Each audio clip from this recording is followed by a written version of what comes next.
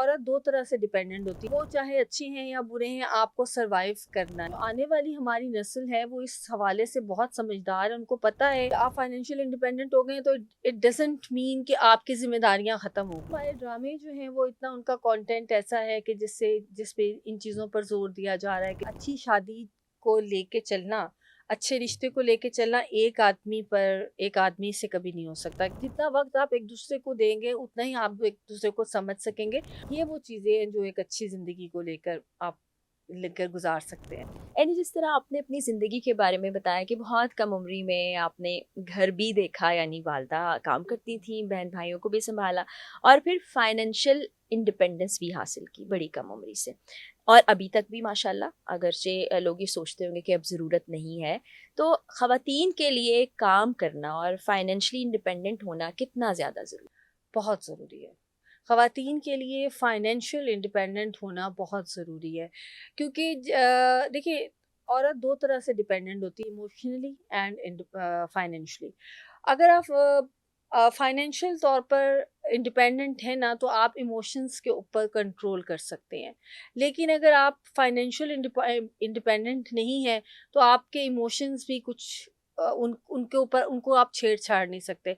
वो चाहे अच्छे हैं या बुरे हैं, आपको सरवाइव करना ही है। खामोश रह जाए। खामोश रहकर, समझौता कर कर, बर्दाश्त कर कर आपको करना है। लेकिन अगर आप इंडिपेंडेंट हैं या फाइनेंशियल इंडिपेंडेंट हैं, तो फिर आपकी मर्ज़ी है।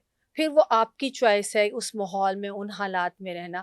तो मैं तो चाहती हूँ कि आजकल जितनी भी हमारी बच्चियाँ हैं, जो ता माशाल्लाह, मैं कहती हूँ आजकल के बच्चे बहुत बहुत समझदार हैं। मैं समझदार अपनी है। भांजियों सच को में। देखती हूँ, मैं इर्द-गिर्द के जो जैसे बच्चे हमारे स्कूल में बच्चियाँ हैं, उनको देखती हूँ, वो हमारे से बहुत समझदारी की ऐसी बातें बात। करती हैं।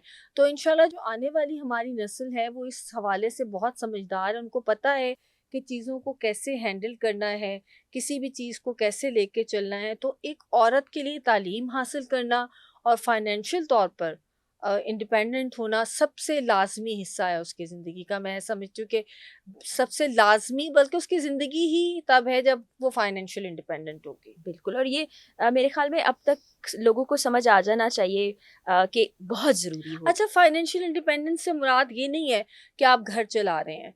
आप जो है वो पूरा-पूरा मतलब कि आप फाइनेंशियल इंडिपेंडेंट हो गए हैं तो इट डज़न्ट मीन कि आपकी ज़िम्मेदारियाँ ख़त्म हो गई हैं, नहीं।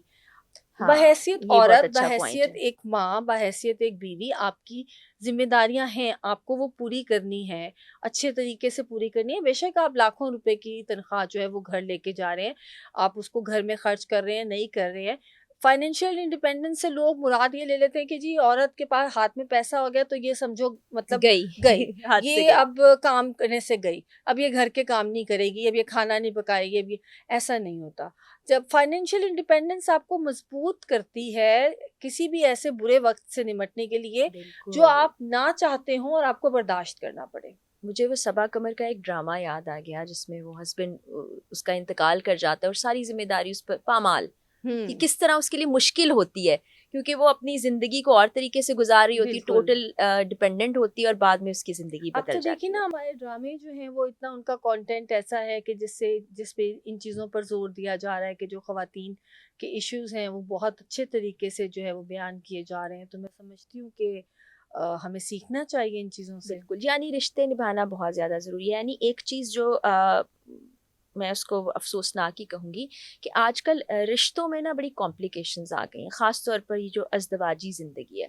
हम देखते हैं कि तलाक की रेशो या खुला की रेशो बहुत ज़्यादा बढ़ गई है। आपकी शादी को माशाल्लाह 20 साल से ज़ायद हो गए हैं। तो जो ख़वातीन जो बच्चियाँ देख रही हैं, तो कामयाब ज़िंदगी कैसे गुज़ारी जाए? ज़ाहिर है दोनों पार्टनर्स अलग-अलग होते हैं, कैसे अपनी ज़िंदगी को अच्छे तरीके से गुज़ारा जाए? देखिए, फ़रा ये ना दो हाथ से बचने वाली ताली है। ये कभी भी एक हाथ से इसको लेके नहीं चला जा सकता। अच्छी शादी को लेके चलना, अच्छे रिश्ते को लेके चलना एक आदमी से कभी नहीं हो सकता कि औरत ही सिर्फ़ कॉम्प्रोमाइज़ करती रहे और मर्द अपनी मर्ज़ी करता रहे, या मर्द जो है वो कॉम्प्रोमाइज़ करता रहे और औरत जो है वो अपनी ज़िम्मेदारियाँ पूरी ना करे। तो ये एक ऐसा अमल है, ये एक कहते हैं ना कि मियाँ बीवी एक गाड़ी के 2 पहिए होते हैं, तो वो इसीलिए है कि वो दोनों साथ मिलके चलते हैं। तो इसके लिए हमारे साथ जो आजकल प्रॉब्लम आ गया है, हमारा जो टेम्परामेंट है उसमें बर्दाश्त ख़त्म होती जा रही है। हम लोगों के अंदर है कि हम फ़ौरी तौर पर एक-दूसरे को जज कर लेते हैं और फ़ौरी तौर पर फ़ैसला करके अपने रास्ते अलग कर लेते हैं। आप रिश्ते को निभाने के लिए हर चीज़ को, कोई भी काम हो, आपको उसको वक़्त देना होता है। आपको अगर एक सालन भी बनाना है ना, तो उसको भी आपको वक़्त देना है। आपने अगर तैयार होना है, तो आपको वक़्त देना है अपने आप को तैयार हो। तो फिर आप जब रिश्ते लेके चल रहे हैं, तो रिश्तों को वक़्त देना ज़रूरी है। जितना वक़्त आप एक-दूसरे को देंगे, उतना ही आप एक-दूसरे को समझ सकेंगे। और मैं कहती हूँ कि कॉम्प्रोमाइज़ दोनों लेवल पर होता है। एक बंदा कभी भी कॉम्प्रोमाइज़ नहीं कर सकता, क्योंकि वो लिमिट्स ख़त्म हो जाती हैं फिर अगर एक शख़्स कर रहा हो तो। तो ये दोनों तरफ का एक अमल है, और कॉम्प्रोमाइज़ विद एक-दूसरे को समझ के चलना, एक-दूसरे को टाइम देना, वक़्त देना, ये वो चीज़ें हैं जो एक अच्छी ज़िंदगी को लेकर आप गुज़ार सकते हैं।